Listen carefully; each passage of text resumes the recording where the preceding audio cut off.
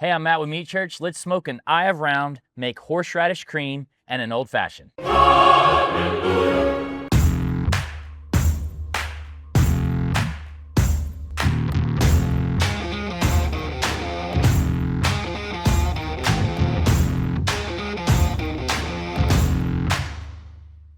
Welcome back to our outdoor kitchen. So we're gonna continue our holiday on a budget series this week. Last week, we did a pulled ham that was a big hit. And so what we're gonna do this year, we're gonna smoke an eye of round. So on this channel, we've got whole tenderloins, all sorts of prime ribs, all the traditional holiday meals that you would expect.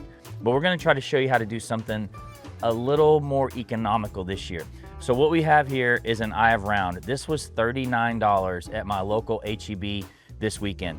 Now, this is not a tenderloin. The tenderloin is one of the most tender parts of the cow, super delicious.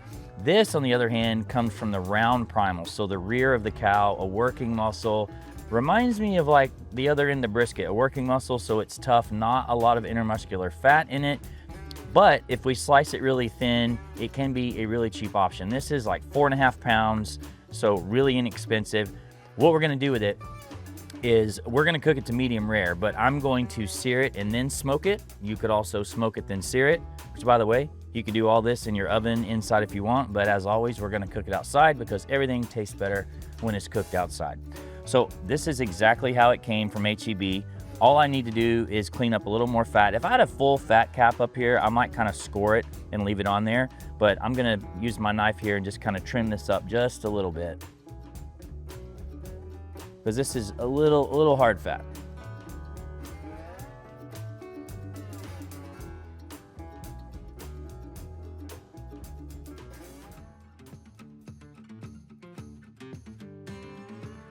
All right, a little bit of soft fat left is fine for me. Now we need to season it up. I'm a big fan of coarse pepper at the holidays, so we're gonna use our Holy Cow. This is an SPG. It's salt, pepper, and garlic. So I'm gonna give a pretty liberal coating with this, but then I'm also gonna top it with some of our gourmet garlic and herb. I like that combination at the holidays, love it on beef. So that's what we're going with today. But like I always say, use whatever seasoning you like. A lot of people make their own seasoning.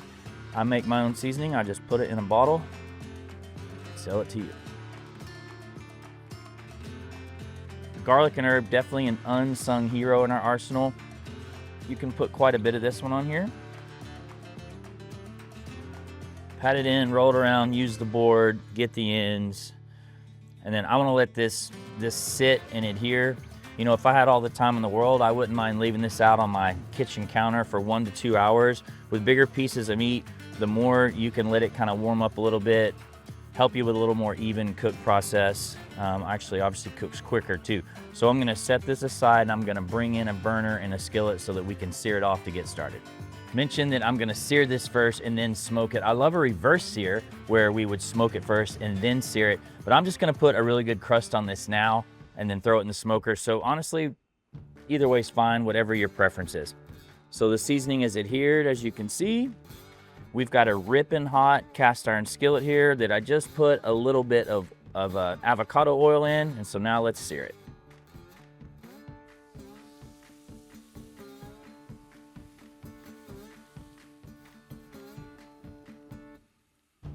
What I'm gonna do here is I'm just gonna kind of roll it around, sear it on a few sides, just kind of to your liking. Obviously, you're not gonna cook this thick piece of meat all the way through this way, so I'm looking for the good Maillard reaction here to get the darkening of the meat and get those flavors on there. I really enjoy the flavor of a crust that comes off a cast iron skillet, so that's why I like this method personally.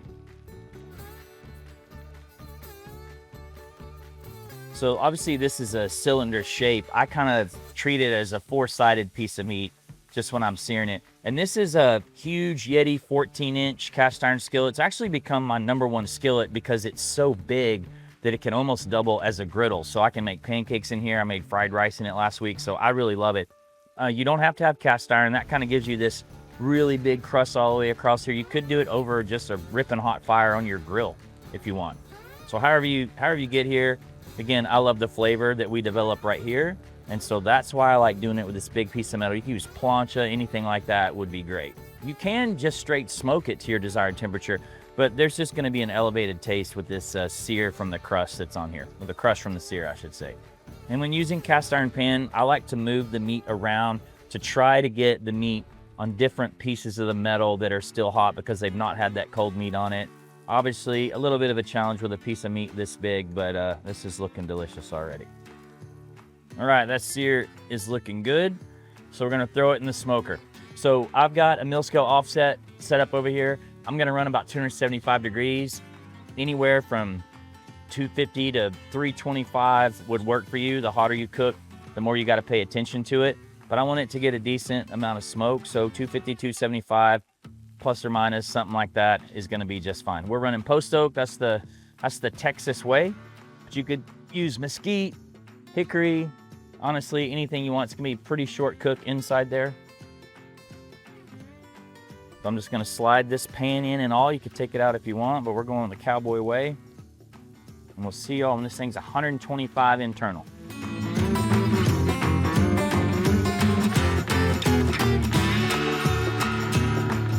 While that's cooking, let's make a little horseradish cream. This is something that I love to put with prime rib or whole tenderloin, super easy. I feel like we always do it at the holidays. This one's gonna be a real simple one. So I'm using 8 ounces of sour cream. Some people like to add some mayonnaise. I'm not gonna do that for today's version, but it's fine if you want to. This is 4 ounces of freshly prepared horseradish. I kind of think the more the better, to be honest with you.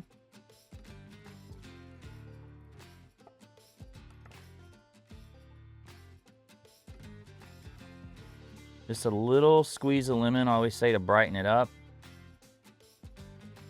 And you're gonna wanna season it with either black pepper or, in our case, holy cow. Mix it up to taste, kind of adjust from there. That's a great dipping sauce for your big red meats at the holidays. Well, we're gonna need a cocktail to go with this beautiful holiday meal, so I'm gonna go with the classic old fashioned. Today we're gonna make a bourbon old fashioned. So we're gonna start out with 2 ounces of Buffalo Trace.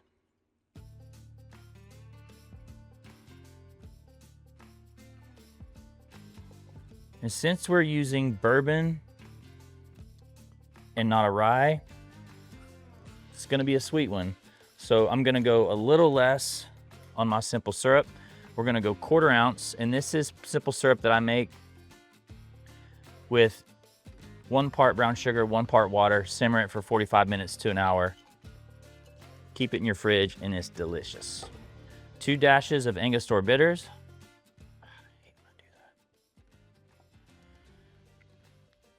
1 dash of black walnut bitters. Give it a stir.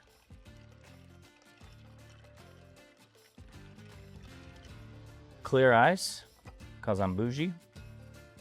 Luxardo cherry, it's the holidays, don't use cheap stuff.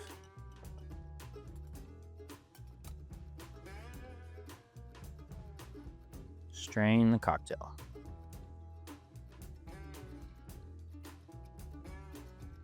Need a little orange peel here. So express the oils of that orange peel.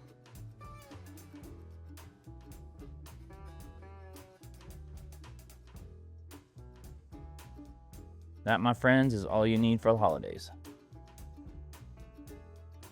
Oh yeah, delicious. We've been cooking for about 1 hour and 15 minutes. It's ready. Let's check it out and show you here. As you can see, it's looking gorgeous. Got delicious looking color on it.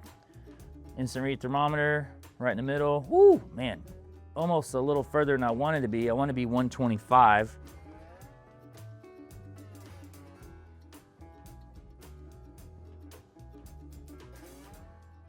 And you can see just amazing color on this thing. We're gonna wanna let this rest. In fact, I don't know, maybe I'm gonna put a little butter over it like I like to do with steaks, but I'm gonna give that probably 15 minutes. I want all the moisture in there that's out at the end of the muscle fibers to kind of come back in as this muscle relaxes, and then we're gonna slice it up. Well, it's been about 15 minutes. I put some garlic Parmesan butter on top of this while it rested. Whew. You can see it's totally melted down here. Got garlic all over this thing. I am super excited. Equally as excited for the first time ever to use my Texas Sage forged knife, gift to me by my buddy Kevin Kelly, aka Kevin's Barbecue Joints. If you guys want some interesting stuff to watch on YouTube through the holidays, Kevin's channel, he interviews the who's who of barbecue. Not only does he interview, but he also does tours of their barbecue joints and establishments. And we are actually, we've just submitted one to him for a tour of Meat Church. So Kevin sent me this because he's one of the nicest men I've ever met. So thank you, Kevin. So here we go. All right, we're gonna go money shot right down the middle.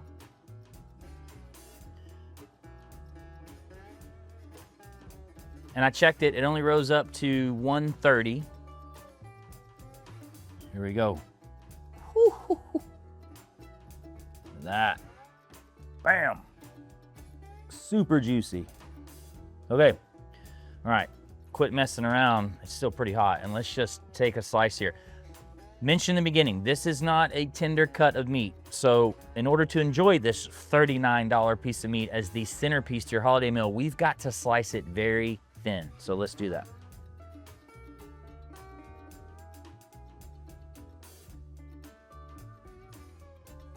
Well, with the help of this beautiful knife, we accomplished that. Yeah, just dripping juice here.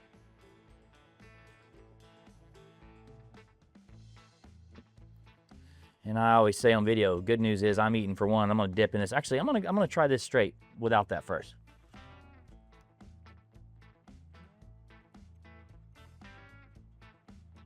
The flavor is amazing. So a little bit of chew to it, but I went into it expecting that. So nothing that's gonna like bother you too much. Man, I'm a fan. Especially for 39 bucks. Let's try the horseradish cream here. And it is just dripping with juice.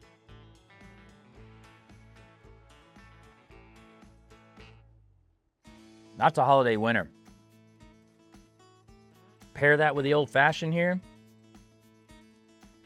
Man, I gotta tell you, 39 bucks to be the centerpiece of your Christmas meal. I ain't mad at it. That's for dang sure. Big, beefy, love it. Well, if you like what we're doing, please like and subscribe.